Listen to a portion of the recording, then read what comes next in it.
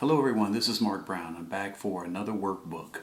And this one's going to be titled God the Provider, God's provision, how God takes care of us and how He provides. And a little bit of a spoiler alert, this is not just going to talk about how, from a natural standpoint, about how God takes care of us and how He provides.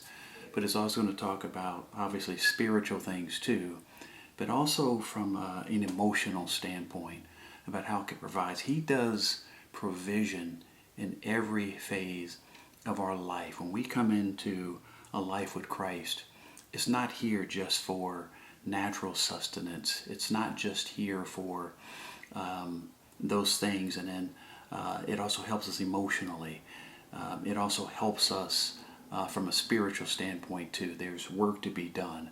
And God trains and how He prepares us for the task that He wants us to do. So God the Provider. It's going to be two videos.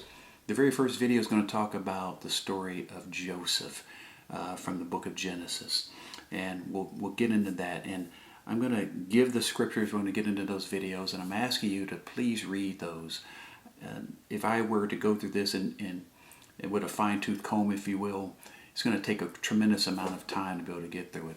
I'm just going to touch on some elements of the story, not get way down into the details, but there's certain things we're going to call out where we will get into some details on it. So just understand that, read that. And I'll tell you right now, I'll give the scriptures again, but it's Genesis chapter 37. Then it skips over 38 to 39 through 41.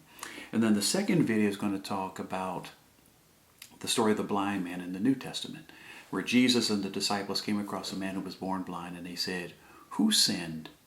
This kind of thinking that if something bad happens, somebody must have done something.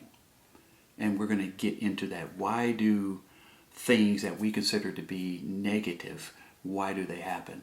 Has a direct bearing on the story of Joseph. So appreciate your time as always.